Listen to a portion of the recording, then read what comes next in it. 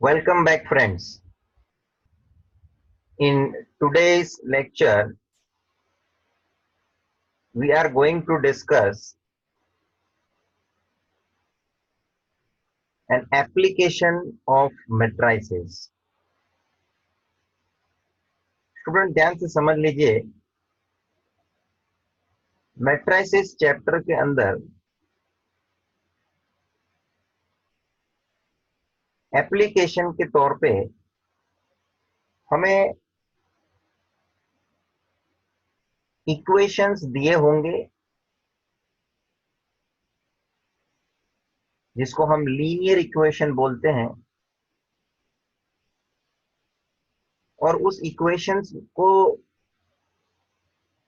Matrix chapter के under matrices के specific method के हिसाब से उस इक्वेशन का हमें सॉल्यूशन फाइंड करना है। So basically it is to find out the solution of linear equations. जैसे आप लोगों ने स्टूडेंट्स इस तरह से दो इक्वेशंस का एग्जाम्पल देखा होगा जिसके अंदर आपने साइमल्टेनियसली उसको सॉल्व करके उसका वैल्यू ढूंढा होगा, उसका सॉल्यूशन फाइंड आउट किया होगा।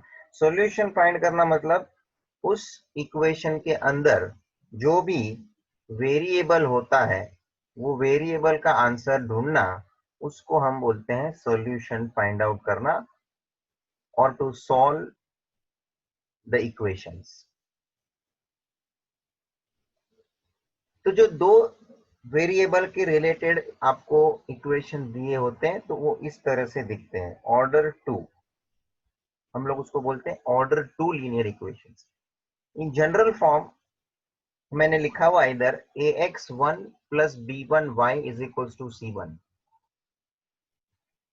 इसमें जो है x और y ये दो वेरिएबल है और उसकी कोएफिशिएंट वैल्यू उसके साथ दी हुई है, that is a1x in the sense a1 is a coefficient of x, b1y मतलब b1 is a coefficient of y, and right hand side में जो c1 दिया हुआ है दैट इज अ कांस्टेंट। एक इक्वेशन हुआ, वैसे ही आपको साथ में दूसरा इक्वेशन प्रोवाइड किया रहता है, that is written as a2x plus b2y is equal to c2। और ये दोनों इक्वेशन को हम साइमल्टेनियसली सॉल्व करके उसका हम सॉल्यूशन फाइंड करते थे, मतलब कि x और y का वैल्यू ढूंढने का ये हम लोग साइमल्टेनियसली सॉल्व करने के मेथड को हमने देखा है। फिर स्टूडेंट आपने 11th में डिटर्मिनेंट में क्रैमर्स रूल यूज करके भी इस तरह से डिटर्मिनेंट के थ्रू ही x और y का आंसर फाइंड आउट किया हुआ है। मतलब ये सब अलग अलग मेथड्स है स्टूडेंट्स लीनियर इक्वेशंस को सॉल्व करने के लिए, और उसी मेथड के अंदर मैट्रिसेस के टॉपिक के अंदर हमें एक नया मेथड देखना है कि जिसमें हमें सॉल्यूशन फाइंड करके बताना है। So now our work is to solve this linear equation, but the method we have to use that is specifically connected to matrices chapter. तो साइमल्टेनियसली सॉल्व करने का एक अलग मेथड था, क्रैमर्स रूल डिटर्मिनेंट्स के कंसेप्ट से हमने solve किया, वो एक अलग मेथड था।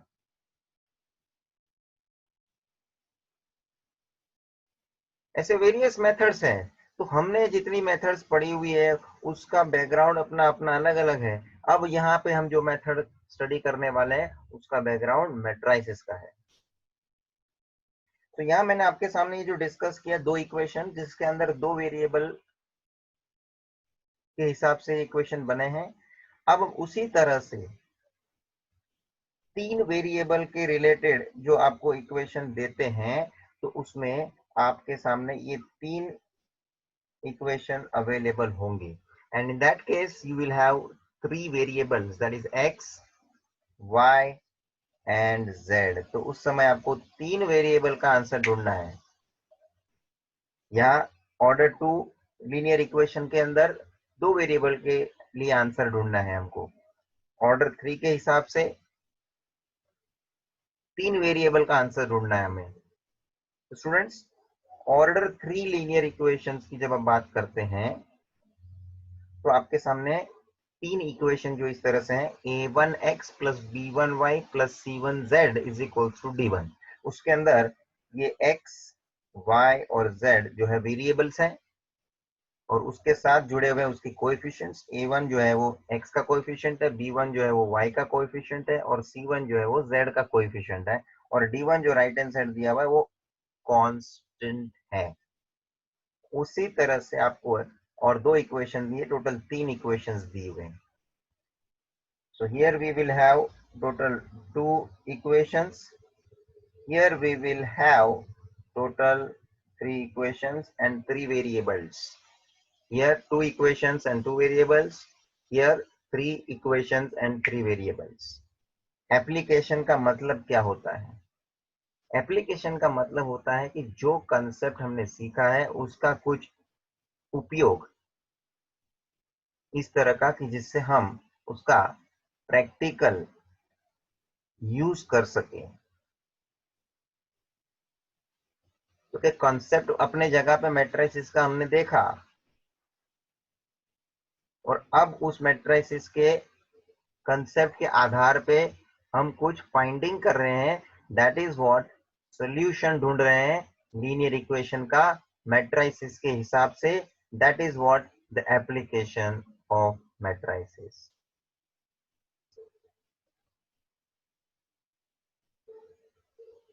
स्टूडेंट्स, मैं आगे बढ़ता हूं। तो आपको क्वेश्चन में इस तरह से, पहला मैंने बैकग्राउंड जो आपके दिमाग में रेडी किया उसमें मैंने बता दिया कि this are the equations provided to you. Order 2 वाला हिसाब हो या ऑर्डर 3 वाला हिसाब हो, आपको इक्वेशन प्रोवाइड कर दिया जाएगा और उस इक्वेशंस में से आपको वेरिएबल्स का आंसर ढूंढना है। उसी को बोलते हैं सॉल्यूशन ढूंढना और to solve the linear equation. अब स्टूडेंट्स, अंडर मैट्रिसेस ये सॉल्व करके लेने के लिए कुछ मेथड्स हैं जिसका हम डिस्कशन करेंगे और जो अलग अलग मेथड है उसके हिसाब से आपको पूरा प्रोसेस बताना पड़ेगा। नो डाउट, कोई भी मेथड से आप करो, एक्स वाई या एक्स वाई जेड जो भी वेरिएबल आप फाइंड आउट करने वाले उसका आंसर तो सेम ही आएगा, यूनिक ही आएगा। कभी मेथड बदलने से आपका आंसर चेंज थोड़ी होने वाला है। बट मेथड का जो एप्लीकेशन हमको करना है तो अपने अपने मेथड के हिसाब से उसका एप्लीकेशन बनता है। आप कौन सा मेथड यूज करते हो वो हिसाब से। सो हमें मेथड सीखनी है। And before I start about the methods which we have to learn, एक कॉमन बात और मुझे बतानी है and that is very important, that for this given equations under matrices, very important point I am going to highlight, ये जो order 2 के linear equation की हम बात करते हैं तो उसको हम मैट्रिक्स फॉर्म में कन्वर्ट करते हैं। So I would like to write converting into matrix form. अब छोड़िए मैट्रिक्स फॉर्म है क्या और इसको कन्वर्ट कैसे किया जाता है। आपके सामने ये इक्वेशन रेडी है, जनरल फॉर्म है तो क्या हो गया, जनरल तरीके से हम उसको दिखाएंगे। फिर आपके सामने कोई भी इस तरह के 2 इक्वेशन, लीनियर इक्वेशन होने दो, आप उसको मैट्रिक्स फॉर्म में कन्वर्ट कर सकते हो। First of all, what is matrix form? Okay, ax is equals to b. This is a matrix form. जरा पहले समझ लीजिए फर्स्ट मैट्रिक्स फॉर्म के बारे में, और कन्वर्ट कैसे करने का वो मैं बाद में उसके बाद बताता हूं. This is your matrix form. ax is equals to b, where a is a matrix, that is a square matrix.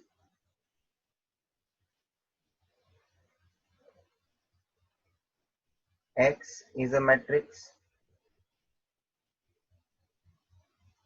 of variable.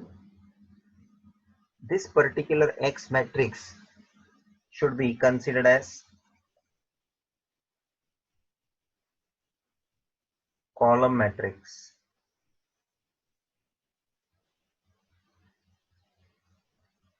And right hand side का जो मैट्रिक्स B है, matrix of constant. Again, this is a column matrix. Student ये बराबर ध्यान में बैठा लो, क्योंकि एक कॉमन फॉर्म है जिसको मैट्रिक्स फॉर्म बोलते हैं. ax is equals to b, a square matrix, x column matrix, x column matrix, जिस मैट्रिक्स के अंदर वेरिएबल को हम मेंशन करने वाले हैं. Right hand side b matrix, again it is a column matrix, and that particular matrix we are going to make with the help of the constants. अब students जरा मुझे ए मैट्रिक्स के ऊपर आने दीजिए. अब मेरे पास जो ऊपर ये जो इक्वेशन का सेट दिया हुआ है, इसका मुझे समझो ये इक्वेशन में से मुझे मैट्रिक्स फॉर्म में कन्वर्ट करना हो तो कैसे करेंगे. Let me show that practical part. तो कि ax plus b1 y is equal to c1, उसमें जो लेफ्ट हैंड साइड में वेरिएबल्स है, वेरिएबल्स के अंदर उसका जो कोएफिशिएंट है, मतलब x और y वेरिएबल है और उसकी कोएफिशिएंट मतलब a1 एंड b1, मैं पहले इक्वेशन की बात कर रहा हूँ रिस्पेक्टिवली. उसी तरह से दूसरे इक्वेशन में भी x और y दो वेरिएबल है और उसके coefficients a2 and b2 respectively है. तो ये जो पहला ए मैट्रिक्स बनने वाला है स्क्वायर मैट्रिक्स, उसको मैं स्पेसिफाई कर रहा हूं इसके मदद से बनने वाला है. Let me specify that this particular A matrix is going to be prepared with the help of coefficients of variables. coefficients of variables. और बहुत ही इंपॉर्टेंट स्क्वायर मैट्रिक्स है.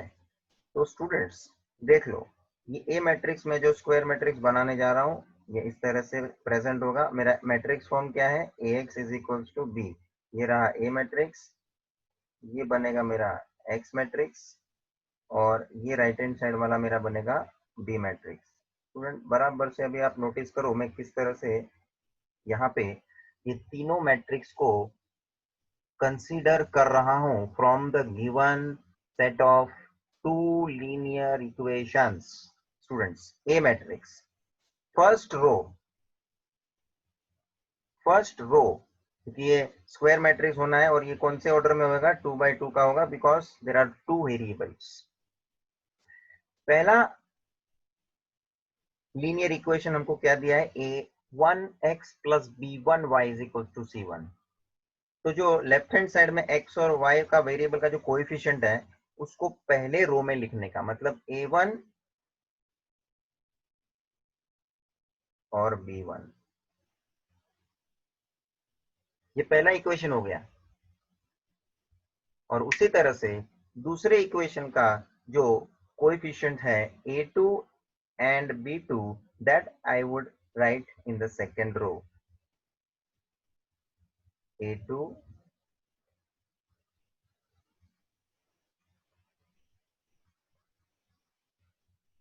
b2. बस ये आपका मैट्रिक्स जनरेट हो गया. उसके साथ x मैट्रिक्स मल्टीप्लिकेशन में जो है उसका मुझे कॉलम मैट्रिक्स के हिसाब से प्रिपरेशन करना है, that column matrix consisting of the matrix of variable. मैंने आपको जनरल यहाँ लिख के दिया गाइडलाइन कि भाई मेरे ये सब मैट्रिक्स किसके हिसाब से बनेंगे, उसके अंदर क्या इंक्लूड होना है। This X matrix is regarding matrix of variable and that is in terms of column matrix. तो सीधी बात है, when you are saying column matrix, एक ही कॉलम होगा और दो रो होनी है, तो पहला वेरिएबल है मेरा x, दूसरा वेरिएबल है मेरा y। This is your matrix x, this is your matrix x। और student a into x, x जो लिखा हो कैपिटल है बिकॉज ये जो है x मैट्रिक्स है। आपको मालूम है स्टार्टिंग में अपन ने बोला ही है कि कोई भी मैट्रिक्स आप लिखते हैं तो उसको कैपिटल लेटर से डिनोट करते हैं। So this x is a capital X and under that जो मैट्रिक्स बना है उसमें x और y में जो x यूज हुआ है that is a small x। And right hand side जो b मैट्रिक्स बनना है that b matrix is regarding the constants. तो देखो ना स्टूडेंट्स, ये दोनों इक्वेशन जो आपके सामने उसमें constant element right hand side में जो है दिया हुआ है ना c1 c2, that will be your elements for matrix B. Again, I have written in that this particular B matrix is also a column matrix. So this is our systematic representation, which is we call it as matrix form. Matrix form. अब student यही आपके सामने जो मैंने ये presentation जो रखा है, this is I have shown about order 2 linear equation. Same right hand side मैंने देखो ऑर्डर 3 के लीनियर इक्वेशन के लिए जगह छोड़ा है, उसमें आपको इसी तरह से मैट्रिक्स फॉर्म बना के दिखाने का है। चलिए, ये 3 इक्वेशन है और उसमें 3 वेरिएबल है। Let me prepare a matrix form that is ax is equal to b। अब मैं एक्सप्लेनेशन ज्यादा नहीं दे रहा हूं क्योंकि सेम बेसिक चीज मुझे बोलनी है, तो आपको ए मैट्रिक्स कैसे बनाने का आप समझ सकते हैं। ए मैट्रिक्स जो होगा that will be going to prepared by the coefficients of the given 3 equations. पहला रो पहले इक्वेशन के वेरिएबल की कोएफिशिएंट से बनेगा। तो देखो भाई, पहला रो के एलिमेंट का पहला इक्वेशन का इस्तेमाल करना है a1 b1 c1। दूसरा इक्वेशन दूसरे रो में बनेगा उसके कोएफिशिएंट्स एक्स वाई जेड के a2 b2 c2। Next third row is to be prepared with the help of third equation जिसका कोएफिशिएंट वैल्यू है a3 b3 and c3। that is a square matrix of order 3 but obvious earlier case में 2 equation के हिसाब से square matrix order 2 by 2 का बनना है। यहाँ पे ये मैट्रिक्स ऑर्डर 3 का बनेगा स्क्वायर मैट्रिक्स बिकॉज 3 इक्वेशन है, 3 वेरिएबल है, into X. X matrix column matrix है जी, that is regarding your variable. अब यहाँ वेरिएबल क्या है X Y Z and right hand side B matrix is your constants and the right hand side d1 d2 d3 d1 d2 d3 d1 d2 d3। x matrix column matrix है 3 by 1, right hand side का भी column matrix है 3 by 1। और एक बात ध्यान रखो students, left hand side a into x जो है वो दोनों मैट्रिक्स मल्टीप्लाई होंगे भी, तो क्या पॉसिबिलिटी है तो कि इसका कॉलम और इसका रो सेम है, मल्टीप्लीकेशन पॉसिबल है। और मल्टीप्लीकेशन पॉसिबल होगा तो कौन से ऑर्डर में आएगा 3 by 1 and that is going to be the right hand side matrix. तो इसका मल्टीप्लीकेशन 3 by 1 का राइट हैंड साइड 3 by 1 के ऑर्डर में है ही, तो इसका जो भी मल्टीप्लीकेशन ये दोनों मैट्रिक्स का बनेगा that will be under 3 by 1 order and right hand side matrix is already in the 3/1 order, तो ये हो जाता है इस तरह से सेटिस्फाई कि भाई हमारा दोनों left hand side right hand side के मैट्रिक्स को इक्वालिटी के हिसाब से राइट ऑर्डर के हिसाब से सेम होने मिल रहा है। देख लो, this is just a kind of confirmation. मगर मेन बात मेरी यहाँ पे खत्म हुई, जो मैट्रिक्स फॉर्म जिसको हम बोल रहे हैं, मैट्रिक्स फॉर्म जिसको हम बोल रहे हैं AX is equal to B, उसमें हमें लिखने को आना चाहिए। Matrix form is important. तो स्टूडेंट्स लीनियर इक्वेशन दिए हैं, उसमें से आपको मैट्रिक्स फॉर्म में कन्वर्ट करने को लिखने को आना चाहिए। ये मेरी पहली रिक्वायरमेंट है। Before I start any method for the solution of linear equation, remember अभी तो मैंने मेन मेथड्स का बात शुरू नहीं किया है, अगर जो भी मेथड हम करने को स्टार्ट करेंगे उसमें ये मैट्रिक्स फॉर्म का उपयोग है। यस, तो मैट्रिक्स फॉर्म क्या था ये मेरे को जरूरी था बताना, और वो मैट्रिक्स फॉर्म कहाँ से मिल रहा है, क्योंकि जो इक्वेशन आपको सॉल्व करने के लिए क्वेश्चन में अवेलेबल किया है उसके ही थ्रू हमें ये मैट्रिक्स फॉर्म में लिखने मिलने वाला है। तो कैसे लिखने का, मैट्रिक्स फॉर्म क्या है, इस तरह से हमने मैट्रिक्स फॉर्म बनाया, ये प्रॉपर्ली आपको ध्यान में लेना है, whether it is in the case of order 2 linear equation और order 3 linear equation. Students, let me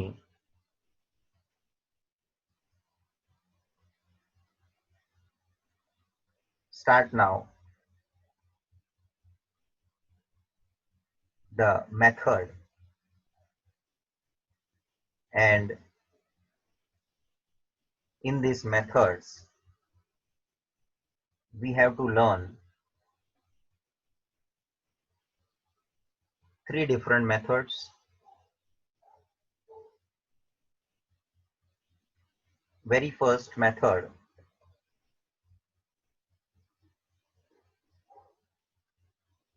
is called as inversion method.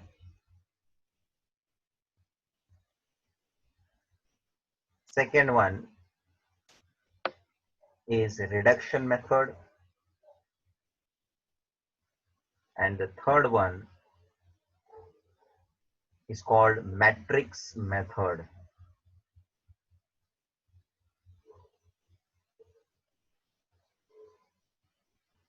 तीनों मेथड के बारे में हम डिटेल में चर्चा करेंगे, पूरा मेथड में आपको एक्सप्लेन करूंगा। So here these are the 3 methods. First one is inversion method, second is method of reduction, and third is matrix method. Let me introduce first method, that is method of inversion, or you may say inversion method. Student नाम से ही समझ में आना चाहिए कि इसमें inversion method का मतलब, मेथड ऑफ इन्वर्शन का मतलब हो रहा है कि इन्वर्स का कहां ना कहां हमें उपयोग करना है, और पूरा मैं आपको इसका स्टेप्स लिखवाने वाला हूं, how we are going to perform. Finally we can obtain the solution, that is we can find out the value of x, y and z in case of order 3 linear equation. Fine, let me start with the detailed steps. So let us discuss the steps for this particular method. Step number 1, take down. Very first, write given sets of equations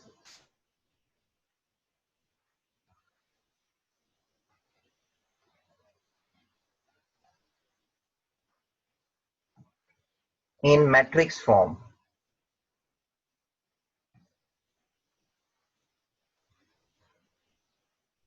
जो हमने अभी discuss किया matrix form में कैसे लिखना,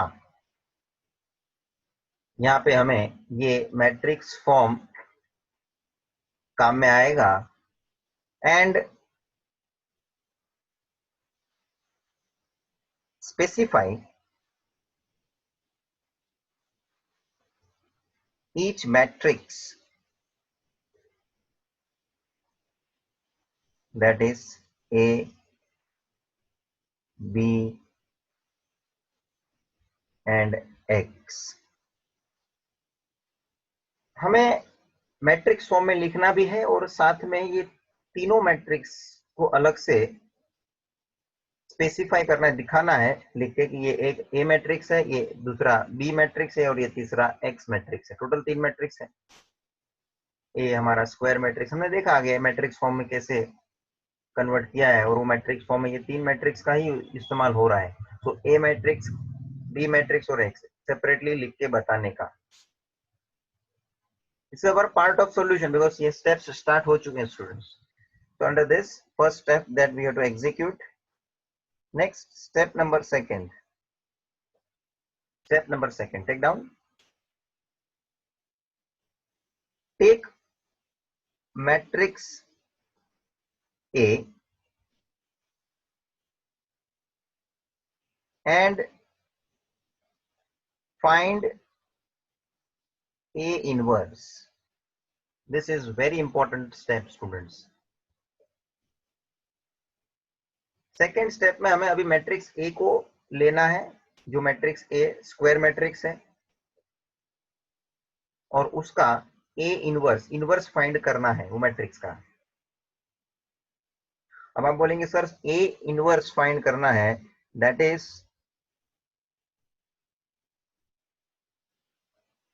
inverse of matrix A, ये find करना है। इसका मतलब है इनवर्स फाइंड करने के हमारे पास जो तरीके हैं, एक है ट्रांसफॉर्मेशन मेथड और दूसरा है एडजॉइंट मेथड। स्टूडेंट्स अब मैं धीरे धीरे और डिटेल में उतर रहा हूं। अभी मेरे पास सेकेंड स्टेप में ए इनवर्स फाइंड करने के लिए जो हमारी जरूरत है उसके लिए 2 मेथड है।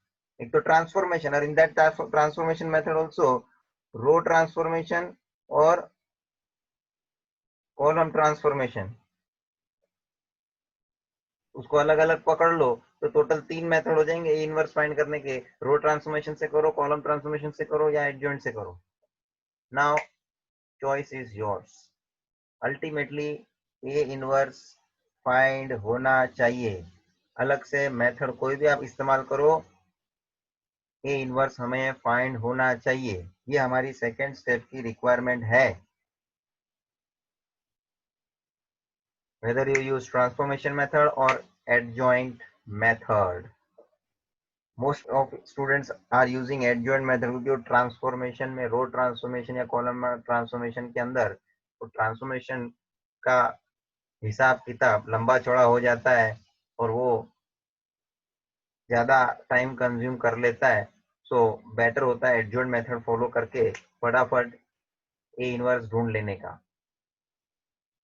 बाकी कोई भी मेथड यूज करो, there is no as such specific requirement. So this is done.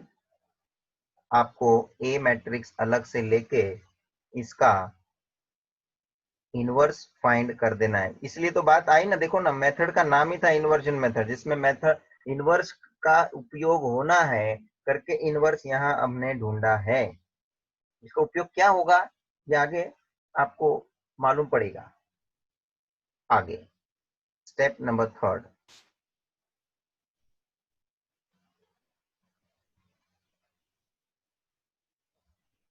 Take matrix form.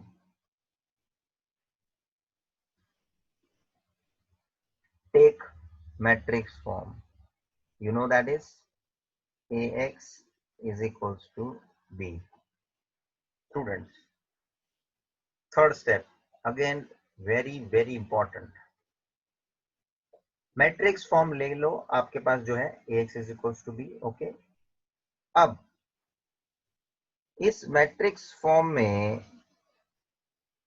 इधर भी a इनवर्स तो है ही नहीं, तो ए इनवर्स को हम क्या करना चाहेंगे, इसके अंदर इनकॉर्पोरेट करेंगे, इसके अंदर इन्वॉल्व करेंगे। ये जो मैट्रिक्स फॉर्म है उसके अंदर ए इनवर्स को इंट्रोड्यूस करना चाहेंगे, तब ही तो ये जो ढूंढा हुआ ए इनवर्स है वो इंट्रोड्यूस होगा, तो कुछ उसका काम आगे करने मिलेगा। नहीं तो वो जो ए इनवर्स ढूंढ के रखा है हमने, उसका उपयोग क्या होगा, ax is equal to B जो मैट्रिक्स फॉर्म है उसमें तो ए इनवर्स दिखता ही नहीं है, तो ए इनवर्स को जो यूज करना है तो ए इनवर्स इसके अंदर इंसर्ट करना पड़ेगा, जो ए इनवर्स हमने ऑलरेडी फाइंड करके रखा है। तो कैसे करेंगे स्टूडेंट्स, चलिए नेक्स्ट स्टेप जो उसी में हम आगे बढ़ते हैं, इसी के अंदर थर्ड स्टेप में ही मैं आगे बढ़ता हूं। Pre multiply A inverse both sides. Note, use only pre-multiplication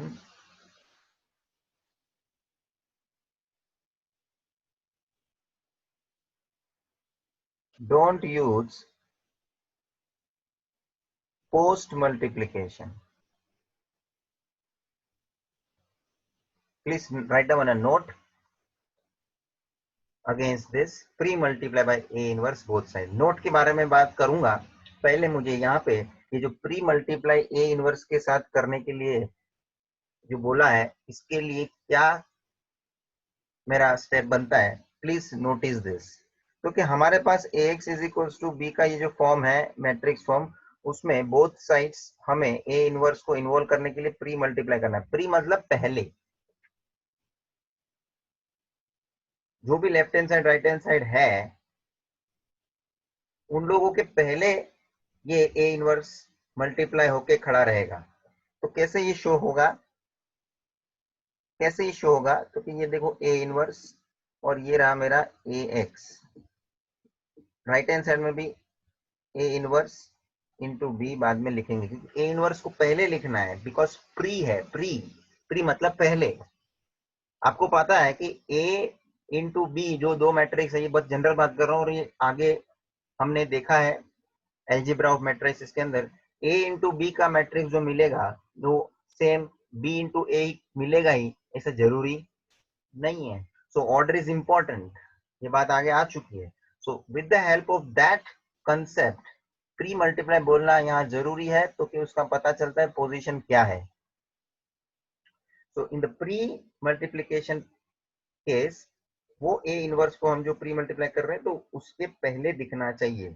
ये a into x left hand side में जो है उसके पहले ये a इनवर्स है, यहाँ पे रखा हुआ है मैंने मल्टीप्लीकेशन के पोजीशन में, और राइट हैंड साइड में जो b है उसके पहले ये a इनवर्स मल्टीप्लीकेशन में दिख रहा है, मतलब कि प्री।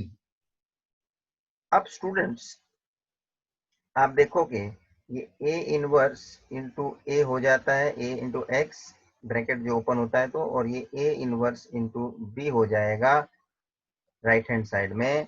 और अब आप जरा लेफ्ट हैंड साइड में a इनवर्स इंटू ए का हिसाब देखोगे तो ये a इनवर्स इंटू ए क्या बन जाएगा, आइडेंटिटी मैट्रिक्स। क्या बन जाएगा, आइडेंटिटी मैट्रिक्स। स्टूडेंट्स आपने ये इनवर्स के टाइम देखा है a into A inverse is equals to I, या a inverse into A is equals to I. ये दो चीज आपने कंसिडर की है at the time of transformation under row transformation and column transformation. Student ये a इंटू ए इनवर्स का case और a इनवर्स इंटू ए का केस, दोनों आपने नोटिस किया होगा। आफ्टर फाइंडिंग ए इनवर्स में आपको बोलता था कि वेरीफाई कर लो कि भाई ये दोनों मैट्रिक्स को मल्टीप्लाई करके देखो कि आइडेंटिटी मैट्रिक्स आता है कि नहीं, आपको याद हो तो मैं ये आपको कंफर्मेशन के लिए, मगर आपको बाद में बोला भी था कि you should not go for confirmation every time, because एक बार अपने को प्रैक्टिस अच्छे से हो जाता है, फिर हम लोग जो ए इनवर्स का आंसर ढूंढते हैं उसको हमारे पास कॉन्फिडेंस होना चाहिए, श्योर शॉर्ट आंसर आना चाहिए कि नहीं ये परफेक्ट होना है। अदरवाइज आप स्टार्टिंग में मैंने बोला भी था कि भाई आप अभी ए इनवर्स फाइंड कर रहे हो तो आपको चेक करना ही सही है कि नहीं।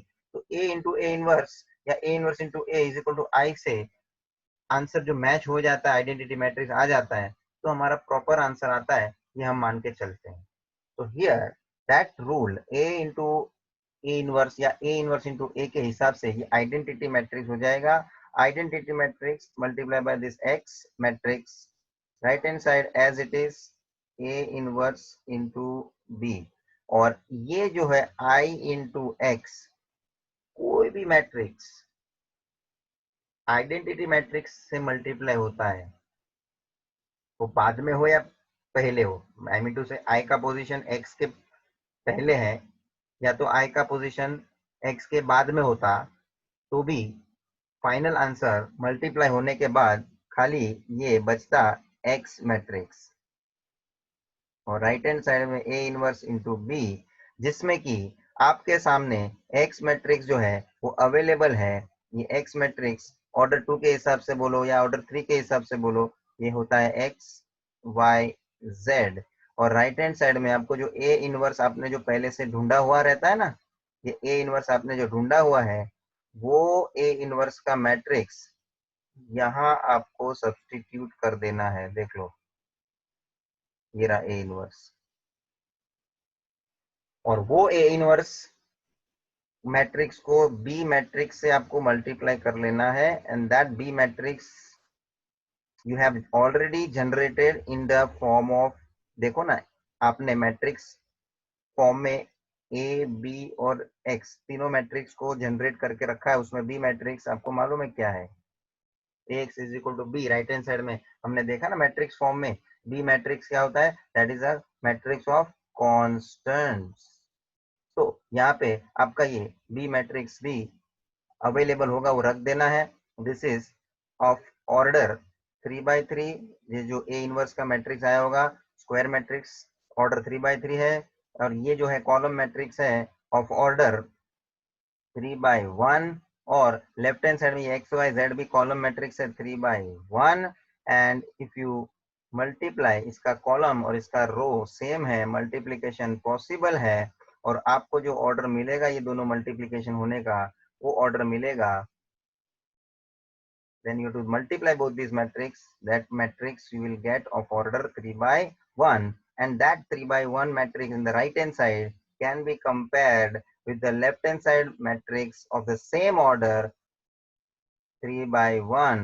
तो यहाँ जो एलिमेंट आया होगा वो x का आंसर होगा, यहाँ जो एलिमेंट आया होगा वो y का आंसर होगा, और यहाँ जो एलिमेंट आया होगा वो z का आंसर आया होगा, and that way you can compare, by comparing we can obtain value of x y and z। Students order 2 वाला होता तो खाली x और y का वैल्यू मिलता, मैंने 3 वेरिएबल के हिसाब से मैक्सिमम जो केस बनता है उसका मैंने आपके सामने प्रेजेंटेशन शो किया है। तो मेन मुद्दा यहाँ पे आया, देखो ये ए इनवर्स जो मैंने यहाँ प्री मल्टीप्लाई करके इन्वॉल्व किया जबरदस्ती, नाम ही है ना मेथड का इन्वर्जन मेथड, मेथड में इनवर्स का उपयोग होना है। तो इनवर्स दिख कहाँ रहा है, तो कहीं नहीं दिख रहा है तो मल्टीप्लाई करके उसको दिखाओ, सामने लेके आया, देख लो ए इनवर्स को प्री मल्टीप्लाई करके ए इनवर्स जबरदस्ती पिक्चर में आ चुका है, और अब ए इनवर्स का रोल बनता है, और ए इनवर्स इसलिए हमने सेकेंड स्टेप में फाइंड करके रेडी रखा है और उसको यहाँ सब्स्टिट्यूट किया है, देख लो। तो मेन बात ये भी है ध्यान में रखने के लिए कि थर्ड स्टेप में वापस ये मैट्रिक्स फॉर्म का जो है उपयोग हुआ है। मैट्रिक्स फॉर्म जो स्टार्टिंग में मैंने पहले स्टेप में लिखने के लिए बोला हुआ है वो भी वहां मैट्रिक्स फॉर्म का जरूरत है, उसका प्रेजेंटेशन करके लेना है, बता के रखना है। और फिर वापस थर्ड स्टेप में again that matrix form is coming, जो इंपॉर्टेंट हो गया, और इसके अंदर ए इनवर्स को इन्वॉल्व करना पड़ा।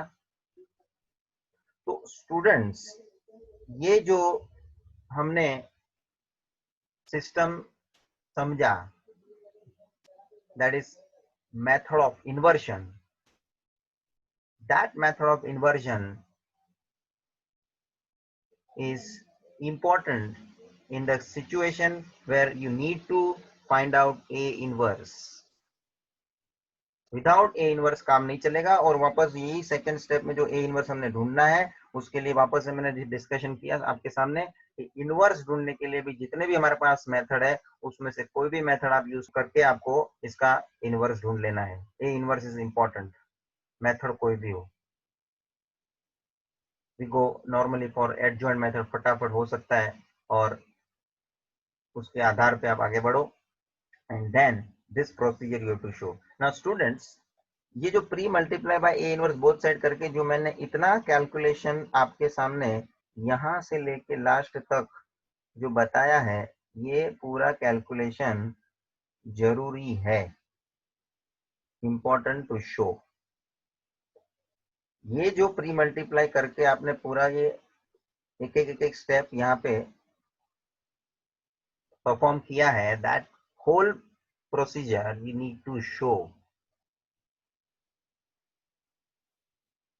and this becomes your part of your answer, each and every step, क्योंकि स्टेप ही बात ही चल रही है स्टेप की, तो सीधी बात है this particular pre multiplication part जो मैंने शो किया है, ये पूरा हिसाब सॉल्यूशन में दिखना है। बस ये अंतिम बाय कंपेयर करके एक्स वाई जेड का आपको आंसर मिल जाना है, that is the final thing, conclusion. X Y Z मिल गया, वही तो है सॉल्यूशन ऑफ लीनियर इक्वेशन, वही तो है हमारा एक्स वाई जेड वेरिएबल का answer. So students, this is very very important method of inversion. Students, question में आपको स्पेसिफिकली बोलेंगे कि solve the following equation with the help of inversion method, तो आपको यही मेथड से आगे बढ़ना पड़ेगा। कभी कभी हम लोग मेथड मेंशन नहीं करते हैं, तो you can apply any method. जैसे हमने आगे इनवर्स फाइंड करने के लिए केस में भी बात किया था कि जो क्वेश्चन में मेथड मेंशन नहीं होता है, तो you may start with any method, but if method is mentioned then you have to solve with that method. अब दूसरे मेथड से आंसर लेके भी आओगे सही, तो वो कंसीडर नहीं करेंगे, they have asked that method only you to solve.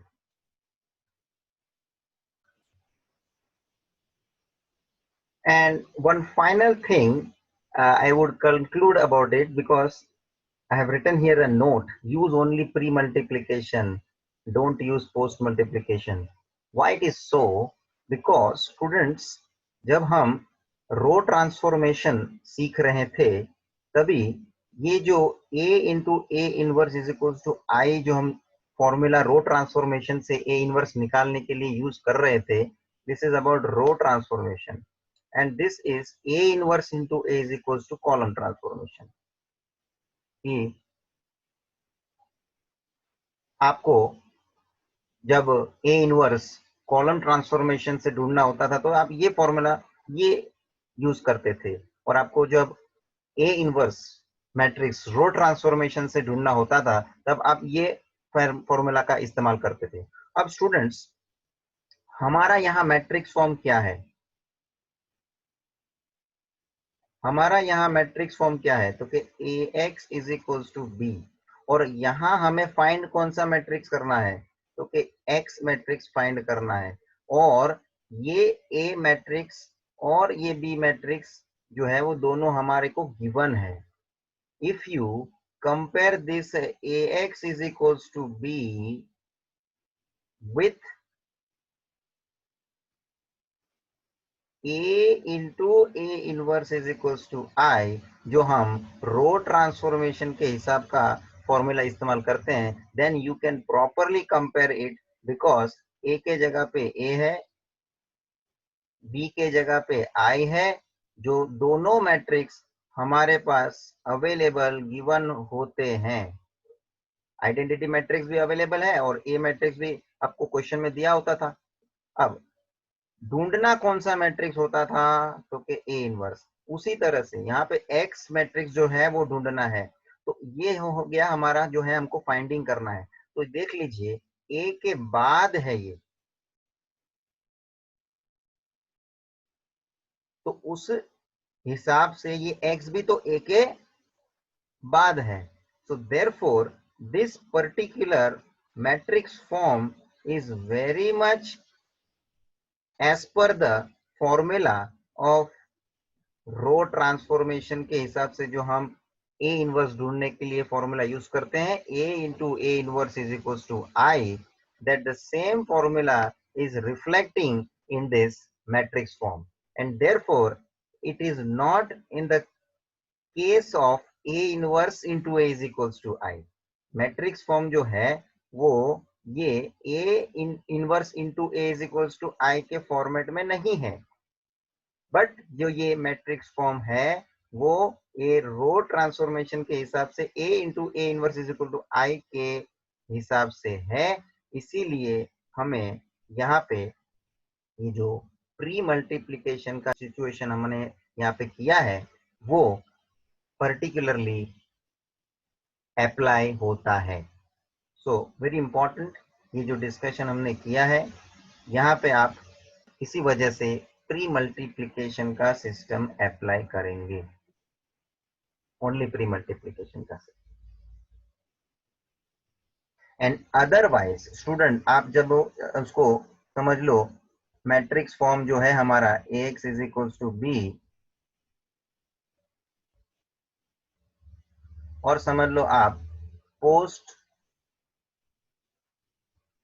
Multiply by A inverse करते भी हो, listen properly, if you want to check that way also, कि जो सर पोस्ट मल्टीप्लिकेशन करने के लिए हम एक बार चेक करके देखते हैं क्या होता है, तो ये किस तरह से प्रेजेंट हो जाएगा। That means it will be shown as ax into A inverse is equals to B into A inverse. देखो प्री में था तो पहले हमने ए इनवर्स रखा हुआ है, पोस्ट है तो बाद में हमने ए इनवर्स रखा हुआ है, और अब ये बनता है इस तरह से a into x into A inverse, जिसमें ये x पहले ये ए इनवर्स से मल्टीप्लाई होगा। अब आप जरा लेफ्ट हैंड साइड को बराबर से ऑब्जर्व करिए, जो ये x मैट्रिक्स है ये तो आपका कॉलम मैट्रिक्स है, और ये ए इनवर्स है आपका स्क्वायर मैट्रिक्स है।